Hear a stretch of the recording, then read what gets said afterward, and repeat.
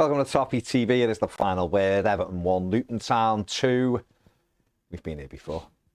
This time, it's the FA Cup. Everton are out. Yeah, it was a bit of a depressing game at Goodison at the weekend. Low quality football match. And unfortunately, we are out of the competition. The magic of the cup, some would say. It was a thoroughly depressing experience, wasn't it? Which basically sums up being an Evertonian at the moment. I've seen someone say being an Evertonian is like watching Titanic and thinking the ship's going to win at the end or something like that. It's like, it is quite depressing. But obviously, listen, going into it, I didn't get the impression from the manager that it was very high up on a priority list. Due to everything else that he's having to fight at the moment. There's Premier League point deductions, there's more charge, there's takeovers that are just seem to be put at the bottom of the pile, there's injuries creeping up. So, you know, you can understand the manager kind of going, this isn't too far up on my priority list. But my only thing with that is, why didn't he mix the team up more then? If it's really a case of, we want to win, but I'm not, won't be the worst thing in the world if it didn't happen. Why didn't he put 5 or 6 different players then? I don't know. That's a really good question, because we've got a game on Tuesday, and the way he spoke before the game it wasn't the biggest priority in the world, and I know he does still want to win every game, and fair play for that. He doesn't make excuses, so no issue with that. But then why not make a couple of changes then, or why not put a couple of people on the bench that could come on, could add something of freshness and excitement for the crowd? Why have 2 goalkeepers on the bench? I'll never understand that. And listen, people, you know, you can criticise managers, or you can criticise parts of what they're doing without, you know, it's City they're saying, no, we want them sacked. You can still criticise. And I just don't get it. I don't get part of what he does. I don't get why he starts a team that's basically going to be probably 9 of the starting team against Fulham, I'd imagine. I don't get that. I don't get why you wouldn't freshen up the bench a little bit and bring 5 subs on during the game, just to, again, make sure people aren't running to the ground ahead of a really important game. Other teams do it. Other teams to get the benefit. Doesn't always work. I saw Palace making those changes. They ended up losing and they lost the next game. But we've seen, you know, Luton make 5 changes in this game and get the win. Whether that benefits them tomorrow night when they play, who knows? But you've got to give yourself the best chance. And if it's not high up on your list as a massive priority, then fair play. Go about your business that way. Then I just find it really, really strange. Yeah, I mean, going into the ground, obviously, he'd made Beto was starting up alongside Dom. I don't really think he had that much that much choice. He could have played. I mean, Dan Juma's a mad one, because I get the manager doesn't like him, or he just doesn't trust him, or he just doesn't think he suits what he's doing. But in a cup game at home, that's surely a game for him to start. He could have played Dobbin, but then he might think he's not ready. But again, Goodison, cup game, why not? So we went with a 4-4-2. Virginia come in, so he's not scared to take out England's number 1, put Virginia in. I did things like you do, like they've been practicing it all week, the 4-4-2, but it certainly didn't look like that. And the way Everton, Luton had 3 attempts at goal, I think, after 93 seconds. And they just got straight on with what they were doing. And we just looked, a little bit. It wasn't like we were all over the place, but it was just so flat and so disjointed. Let's get it right. A team like Luton has a set way of playing, and it doesn't really matter who plays. They just play the same way, and everyone buys into it. We have a way of playing that only works when Decore plays. And that is the biggest downfall of Sean Dyche as Everton manager, is that he has no idea how to set a team up and get the same results on the pitch unless the The Corey's in there, and that's his biggest issue. And he's lost them. He's lost them for 4 weeks. He's going to lose them for. He's lost them. Looks like another 4 weeks. Well, he said he's not involved this week, And hasn't he? it's a massive issue. And if you can't do that, then I'm sorry. Then that sort of does say how limited you are as a manager. Listen, there'll be loads of people out there saying he's got a really tough job. He has got a really tough job. I appreciate that, and he's done really well. As the Everton manager, should have 27 points, should be comfortable in mid-table. But if you've only got one way of playing, and the way that you play that style is dictated to by one player, and without him it doesn't work, it all falls apart, then you've got a massive issue. You've got serious issues then. You just mentioned there, saying, well, they trained all week, or they didn't train all week on 4-4-2. Why aren't you training 4-4-2 like all the time anyway? Just to freshen, because you've got a different way of doing things. So you have got a different, so you know what you're doing when you're playing 4-4-2. I don't buy into that thing of like, oh, they only had 3 days. No, they don't. They train every day. Footballers, though. Yeah, I don't buy into that. You give the players all the information, and you say, when we play this way, this is how we play. And when we play this way, say 4-4-2, this is when we play. And when we play 3 at the back, this is how we play. I don't buy into this thing of like, you have to just go, oh, I do understand, and I am very, very conscious of how limited the squad is. Well, then open it up a little bit then for games like this.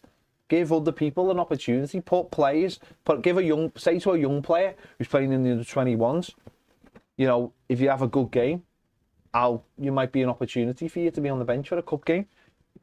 And then there might be an opportunity for you to come on if the situation arises. I don't understand why you would limit yourself as a manager and as a football club. I don't get that.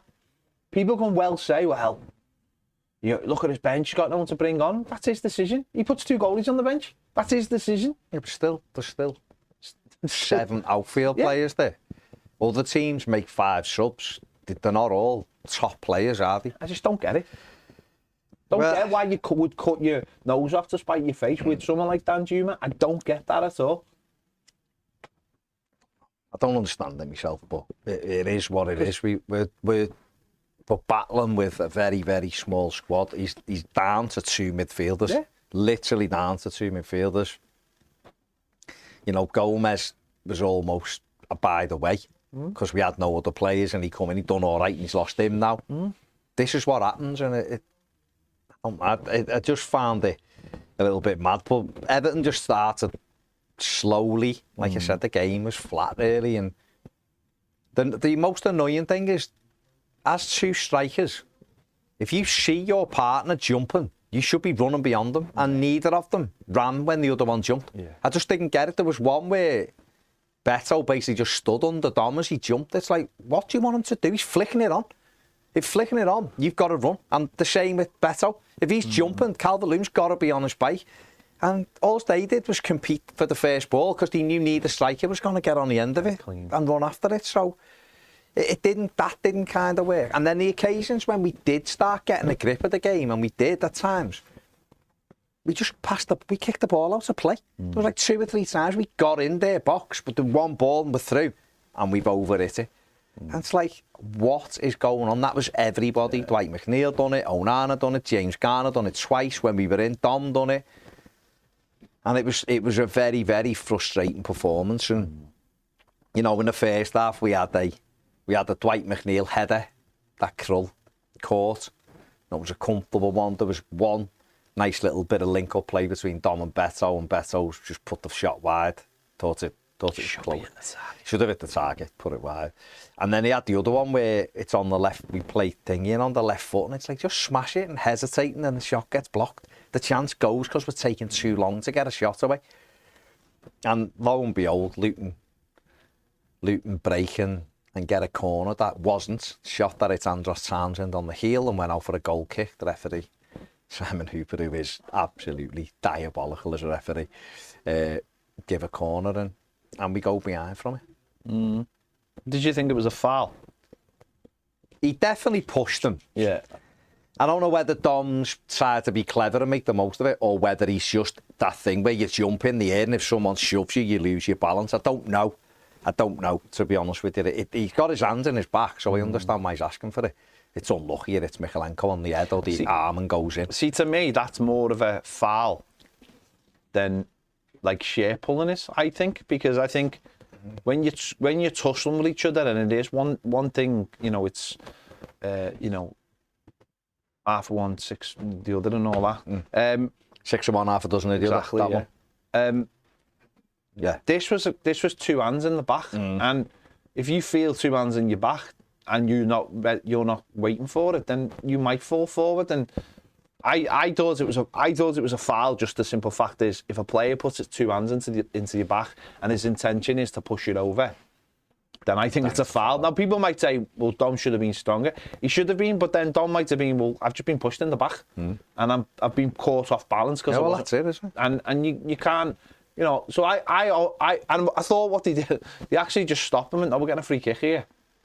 I was amazed it was given as a goal. I really was, because I just thought, he's been pushed. He's been pushed. I'm not like, don't get me wrong, I'm not sitting here saying, crying about it, but I do think it was a foul.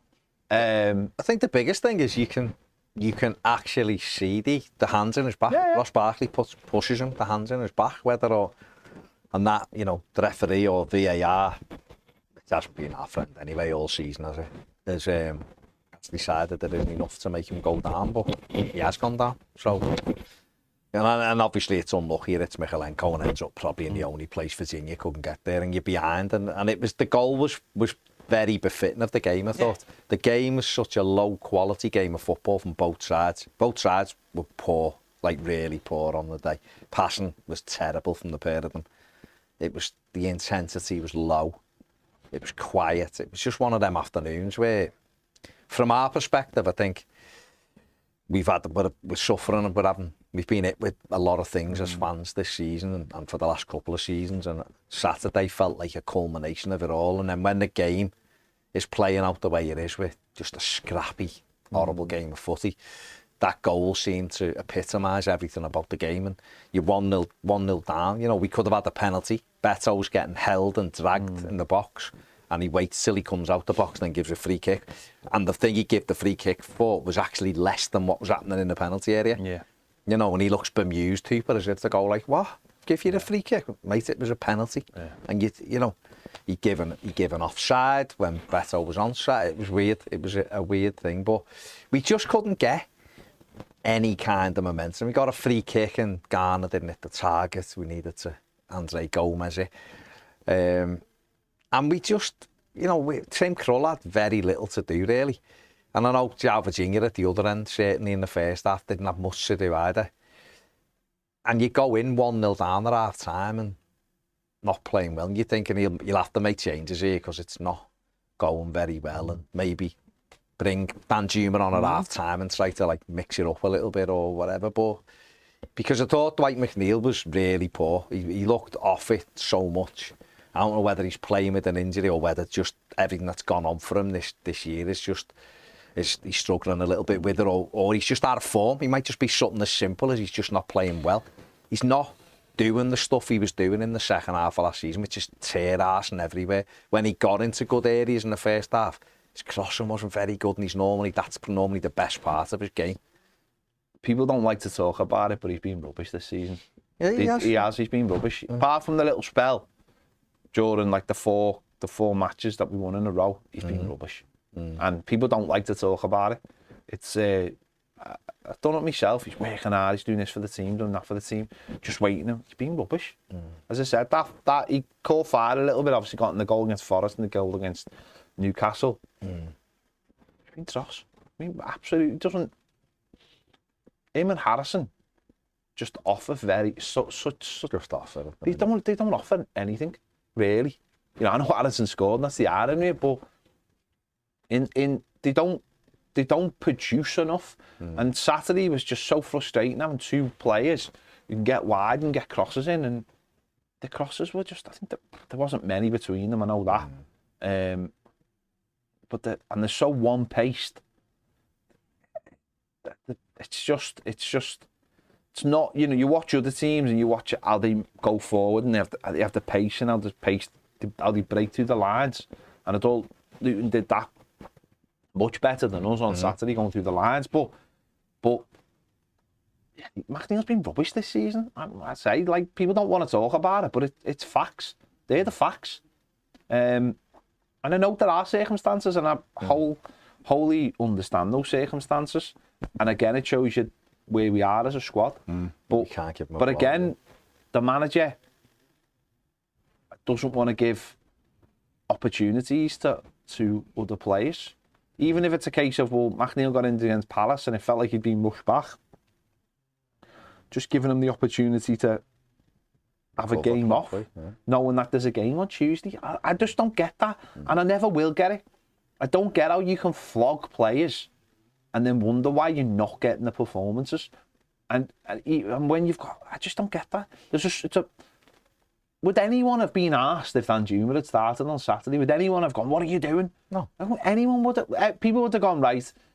I think people will want to see what he's got. Yeah, because he's different, and what the players we're watching week in and week out have been massively burnt out by the first half of the season because they've put everything into it. And I totally understand. You give everything first half of the season. And they should be, the work that they've done in the opening half of the season should see Everton practically safe, really. Yeah. They've put a lot in. We've got 27 points. I know the league table says differently, but that's what we have. We got to a quarter-final of one cup competition, but we're in the fourth round. They've put everything into it. And that's why Saturday, that's why I was started off by saying his priority list, which is fine. I know fans will feel differently, of course they will, because it's another year and we're all desperate for something.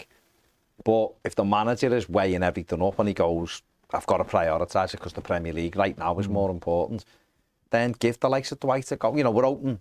It was about this time last year he caught fire. One of Dwight's come in, he started and he was excellent. And I hope that's exactly what happens this season. But up to now, his performances haven't been good enough. He's had some games when he has been really good, but consistency-wise, same with Jack on the other side. He's had some good games. He does work his bollocks off.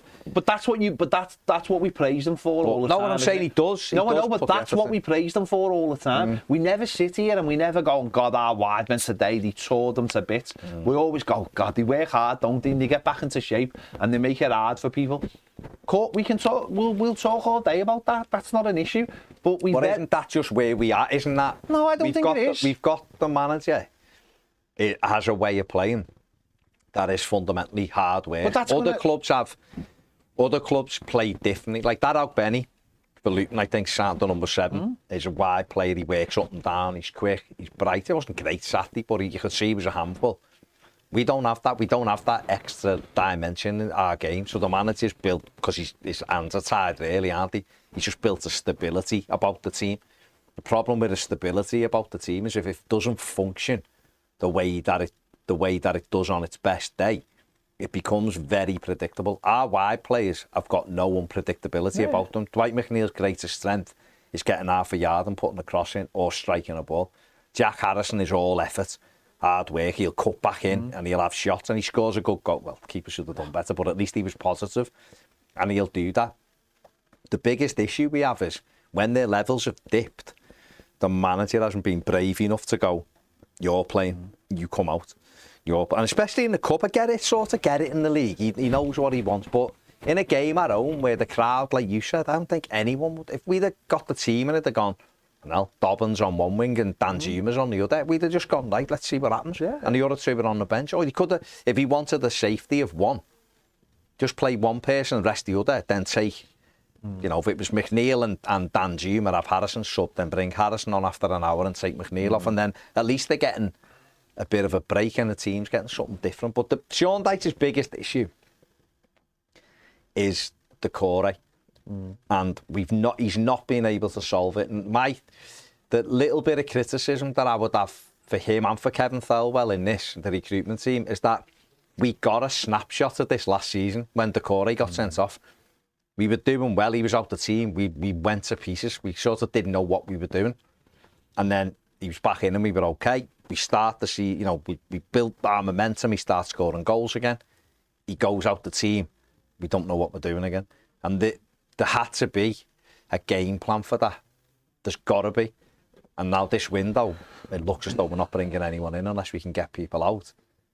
have they looked at that and gone, well, Abdoulaye Doucouré might be out? I mean, Dyche's already said he's not available for Fulham or Spurs, and you would imagine he won't be available for City. Why would you play him? So therefore, all of a sudden, there's another 3 Premier League games gone without him.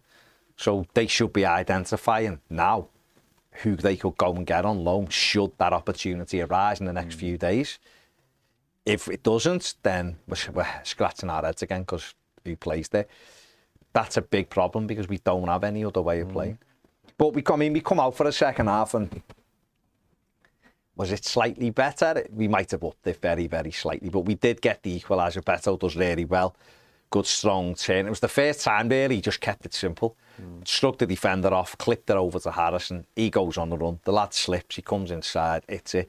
Tim Krul should save it, of course he should. It squirms under his body. And in befitting of the game, it squirms across the line and it's 1-1. Were you disappointed? Because the crowd did come alive then and it was quite noisy. Were you disappointed we didn't go on and put them under even more pressure? Because I think we did step it up a little bit, but it just wasn't, it just wasn't enough, was it? Just not good enough to, though, are we? We're not good enough to do that. We don't have. There's only been a few games this season. Certainly, the home record is abysmal. It's awful. It's absolutely awful. It really is. You know, terrible how bad that home record is. But we don't have that. Like, it is like another gear, isn't it, to go up to? We don't have another gear to go up to because we don't have players with the pace or the ability to sustain attacks. We've only really seen it in a couple of games, again, like the Newcastle game and the Chelsea game. That ability to like sustain it. Again, Doucouré in the team, being a big part of that, scoring in both of those games, didn't he? You know, we don't have that ability to just stay on teams because we're not good enough in midfield. We don't keep the ball. We're sloppy. And up front, nothing seems to stick. Don't get players out down because we're not brave enough. The link-up play, it's just not there. So, no, I just watching it thinking this is very predictable. We didn't really cause them too many problems. But don't you think we should have created a bit of chaos though at 1-1 because the crowd were getting behind them? You've got 2 lads who are 6 foot. Don't know how to. Dom is the player you look to because you know he's got something about him in terms of holding on to the ball and flicking the ball on and forget about all the other stuff. But in terms of like being able to control a game and get the ball up to him, you expect it from Dom. And it's just not there. I'm really disappointed in Dom, the way I understand not scoring goals, but there's the lack of aggression that gets me with Dominic Calvert-Lewin. There's no aggression there at all. And I just don't understand the centre-forward who doesn't want to get in the face of the opposition and close them down and ruffle a few feathers. I don't get that at all. I don't know how you can be a centre-forward if you haven't got that little bit of... Especially when that's kind of his game. He's not picking it up and running. He's not like Ollie Watkins, is he? And he's not going to drop shoulders and go by people. So he's got to engage them in a bit of a battle because physically, you know, I seen like twice. There was one for Dom and one for Beto where we tried to play the ball ahead of them. And Luton's defenders weren't slow. So but Beto ends up throwing the lad on the floor when he's chasing him in the first half. The ref gave a free kick. Dom set off like he was going to get there, and then the lad just beat him by about 2 yards. And it wasn't because he was naturally quick. We know Dom is quick, but I just don't think he believed he was ever going to beat him. And therefore he slowed down. The lad just cleared it, and it's like, where's the intensity to get after people? Beto's chaotic. But then he just wanted to wrestle with people. I just didn't get that.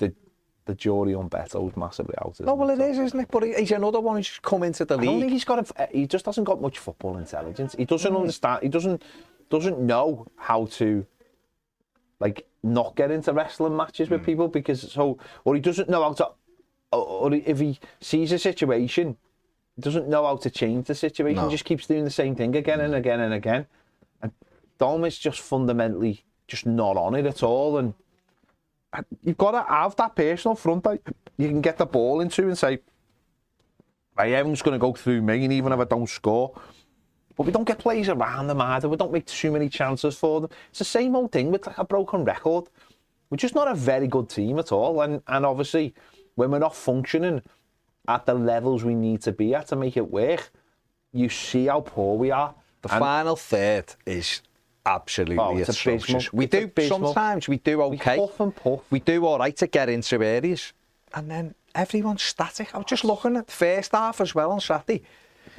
We had a good little move in the middle of the park. Garner and Onana were creating angles. Michalenko joined in, and we're working it.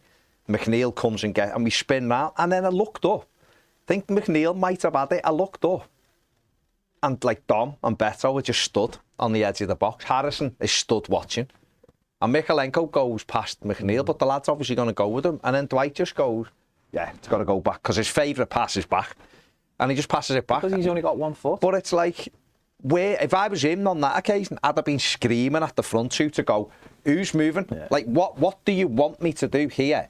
Because we get it wide and we look up and just throw a ball in aimlessly, and it's like, their players will just go, we weren't creating angles.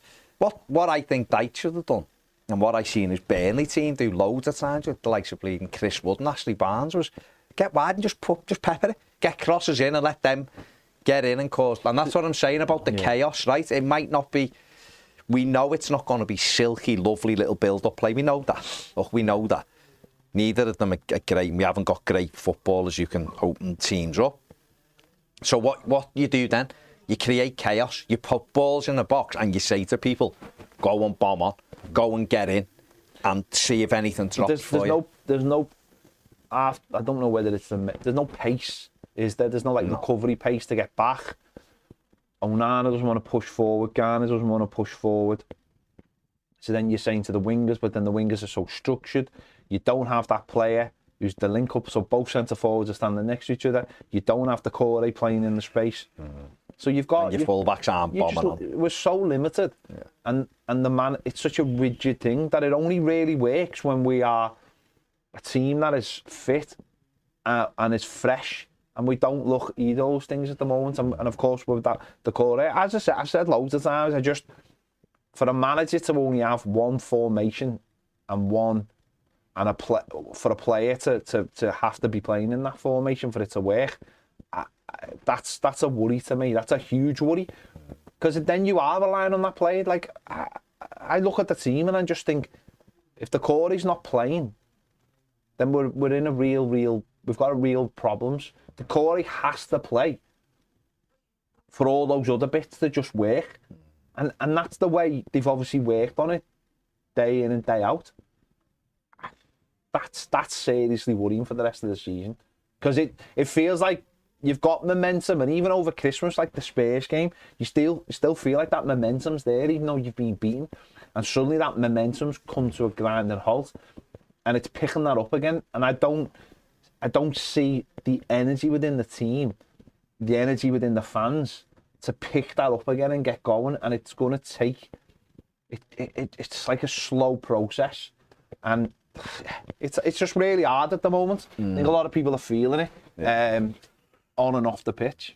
Well, let's have a look at Dom's numbers from the weekend, obviously. 34 touches, no shots at goal. Won 3 out of 10 of his that's to me, that's disgusting, that, you know. One tackle. No, having no shots. That's disgusting. As a striker, I think that's a... look at his heat map, though. He's not even in the box. He's not even in the box. His heat map is between the halfway line and the penalty spot. I just don't get that as a centre-forward, though. As a centre-forward, I think you should be looking for the ball and just driving into a position where at least you can have a couple of shots, get it out your feet. Because that's the one thing we do miss massively in this team, by the way, is someone who can just shift it from the left, either to the right or to the left, and just pop one and have a shot. We do, though. We miss it massively, though. It's just Barkley, like Garner got the ball in the first half. I think it was Garner on the outside of the box, and he had an opportunity to just shift and have a shot, and he didn't. He just slowed it down and looked around, and I think he just passed it wide. And I'm thinking, what's wrong with the old-fashioned shift it to the right or whatever and just get it? We had a couple of moments in the first half where, I mean, we got one opportunity which should have been a corner. The ref gave offside. I don't know how. Where Onana did shoot and it got blocked and it broke to Beto, and the lad's got a great recovery tackle in and they give offside. And when you see it again, he's miles onside. And there was another one as well, which I'd like to ask you about quickly in the first half. Everton actually scored a goal. Now I know the goalkeeper stopped, But the linesman put the flag up and the ref stopped the game when Dwight McNeil was through. And on the replay, Dwight McNeil was onside. VAR was there. The referee shouldn't have blown the whistle. So what's happened there? No VAR to get it, but VAR was there. Yeah, it was VAR, yeah. Ball come in, Beto or Dom had it, laid it, McNeil went through and he was onside and scored. Now the keeper might have saved it, but he was one-on-one with him. He knocked it in. Everton were complaining with the VAR telling the referee to look at it, and he just restarted the game, which he didn't get. But Beto, in the second half, he missed a good chance. It was a knockdown. He's put it over. He should have hit the target with. But let's have a look at Beto's heat map. And touches, 39 touches, similar to Dom. 2 shots off target, 1 shot blocked, 1 key pass, 4 tackles.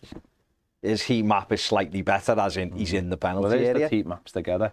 And the heat maps together, look. I mean, Beto's on the right, Dom's is on the left. But there's a lot of the same spaces being occupied there. In the middle of the park, 10 yards outside the box. I seen one in the first half. Well, no, they done it a couple of times. It was a Javatinga kick. They done it, both of them done it. Dom jumped and Beto was basically stood underneath him as he headed it, and it went on to the defender. It's like, why haven't you gambled as he's left? And it was the same for Beto. Beto jumped. He didn't actually flick it.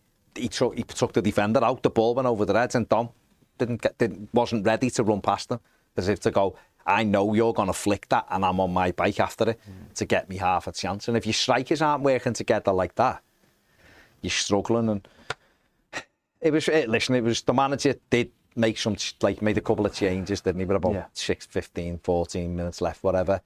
Luton had already made 5 at this stage. Yeah. Their manager, Rob Edwards, whether he was conserving energy, whether he thought, freshening it I'll up. Put some freshness on here, because this game's here to win, whatever. Put the 5 subs on. Took off, we made 2. We took Dominic Calvert-Lewin off and put Chimiti on, and obviously Dan Juma came on for Dwight McNeil, but nothing really changed. We had, like I said, Beto had that moment where he's put it over. Dan Juma had the shot when he should have just slipped Chimiti in. Chimiti made a good run. If he'd have played him, he was in. And that was really it from us. But they've made the changes, haven't they? And they've been brave in making those changes. And one of the subs has ended up scoring. And it's just like, that's what can happen. I just don't get this attitude of, and I hear it from fans as well, and just, what could he have done? What the fuck are you talking about? What could he have done? He's the manager of the football club. I just don't get that attitude at all. What do you think has happened in football where you have a squad of, 20 players on a match day, isn't it? In the match day squad, you've got 9 subs. So you've got, as it was at the weekend, you've got 7 outfield players who are sub. Yeah. Why have you got a kit and a trackie on if you're not good enough to go and kick a football around? Now, they can't. I'm not talking about saying, Martin Sheriff is a professional at Everton Football Club, so he should be able to lead the line every week in the Premier League. I'm not saying that. But if I'm Mackenzie Hunt, who was on the bench at the weekend, and I've been playing 21s football, training with the first team every day, and the manager's gone, in my opinion, you're good enough to come and sit on this bench, then I'm expecting to get on that pitch. I'm thinking, give me a go on this game. Put me on in this game, because some players have those moments. He might have come on, affected something, we win the game, then Mackenzie Hunt might not ever play forever again. I would love to know, honestly, I'd love someone to ask him on his next press conference, why'd you put 2 goalies on the bench? Why? A few teams. No, I don't care about a few teams. I only care about us. No, of course. Right? Why'd you put them on a bench? What does it do? What is there something that if you put a kid on the bench, it'll you have to pay them more or something? Well, you will, because they get a bonus. Well, so what's the? But then so does the person who's on the bench. Point? So does Lonergan. Yeah, we're not. And his appearance money will probably be worth more than a kid. I just don't get it. I'd love someone to say, what is the point? I just don't have 9 subs then. No, but when people say things like that, what could he do? Well, the professional football, the lads who are good enough to have an Everton kit on and get paid for playing football. We might as well not have an under-21s then. We might as well have no under-21s. And like I've said before, has everyone investigated Luton subs? Has everyone looked and gone, the Luton team that played at Bolton, has everyone looked at every one of them players and gone, wow, he's amazing, even though they don't play for them? No, because teams just bring subs on and go, they're playing this kid. They made 5 subs and won the game. And I don't know half of their subs. I'll be honest, I don't know any of their subs. You know the kid is. I don't know any of Courtney it. Woodrow, you don't know. Couldn't know any of them. Okay. They wouldn't, if they could walk down the street and pass me, Okay. I wouldn't know seriously, wouldn't know they were. Seriously, wouldn't know they were. Don't know any of their But players. what we're saying is these are professional footballers. Everyone in that match station, he's not got two lads out the Gladys Street and you've gone, you can't bring them on. But what I don't get, this is what blows my mind, right? I'm not talking about like whether you want to sack the manager, not talking about anything like that. What we're saying is, why do people go so hard in defending managers for these things that we all talk about all the time? Why do people give any manager, not Sean Dyche, not Frank Lampard, not Rafa Benitez, not anybody, why do they defend these decisions that you go, this decision might cost you in our next game? Remember when, and I'm not saying any of our players, by the way, these young players are this player, but remember when Carlo played Jarrod Branthwaite at Wolves? Huh? We just got him from Carlisle. They just threw him in. Okay, he gave a goal away. He didn't have a great game, but he played, and he played the next game. And then all of a sudden, we were like, he's done all right. He's going out on loan now. Anthony Gordon played games. Last year, Tom Cannon was in our under-21s. He went on loan, did all right. Now he's absolutely flying. Now, I'm not saying that way, but this is the same manager who played Ellis Sims up front, right? You've got to look at these situations and say, what's best for the overall thing? So if he wasn't asked about the game, really, then I just don't understand why you wouldn't put lads on the bench, or why wouldn't you say on Wednesday night, telling you on 21s, have a look at them and go, who's done well, who scored, who could just sit on the bench, who could be. No, but you want them to. What are we missing? Yeah, you want to look at it and go, right, for those kids, like, this is a game. I'll say not asked. He wants to win. Of course he does. He knows winning games. He doesn't win enough home games. He knows that. He's won 5 home games in all competitions. It's the next time he plays Goodison, it's February. That's his record. 3 Premier League home wins all season, which is diabolical, by the way. It is. So he wants to win them home games. But you've also, if he knows that the Premier League's not his total priority, and he get that, no Everton fan's going to have a go when he brings Mackenzie Hunt and Sean McAllister on. Say nobody will all go. I didn't moan them when he brought Schmitty on. I was like, good on you. Get him on. Let's have a look at him. Okay, he done nothing really, but He's got a kid sitting on the bench. His name's Dobbin. He could have been. Well, he put him on against Chelsea, and the kid comes up with the win. He didn't do anything else, but he scored the winner. These are the things we're talking about. Just give them, especially to save people's legs. I just don't get it. I just don't. I'll never, ever understand that. I never understood Frank Lampard, but whether I think Frank was harshly judged, wasn't harshly judged, whatever. I didn't understand why he didn't use Stanley Mills. I couldn't get my head around it. Now, I'm not saying Stanley Mills is world class, because he's not. He's a kid. But we needed players sometimes, and Lampard wouldn't use them. Why? Why, when you've got someone who's in a good moment doing well, why are they not part? I just can't. And it is these managers. Benitez, why didn't he use Moyes? Okay, you give him a go at Huddersfield, he got sent off. But what I mean is, we were crying out for that. Why didn't we use him? Now, ironically, he did invest in Anthony Gordon, and Anthony Gordon ends up getting us money. But you could go back with all the managers, and it does seem as though some of them give it the Al Carlo. Luke, who? Doesn't it? It does feel like that. I'm not sitting here, by the way, going, I want these kids maybe to be involved on Tuesday. But what I'm saying is, it's an FA Cup game. You can make subs knowing that you've got a game on Tuesday, which we all know is your real focus. It's got to be. Because of where we are. And yet, you're going to play the same place. The problem is, I think, why I Jordy?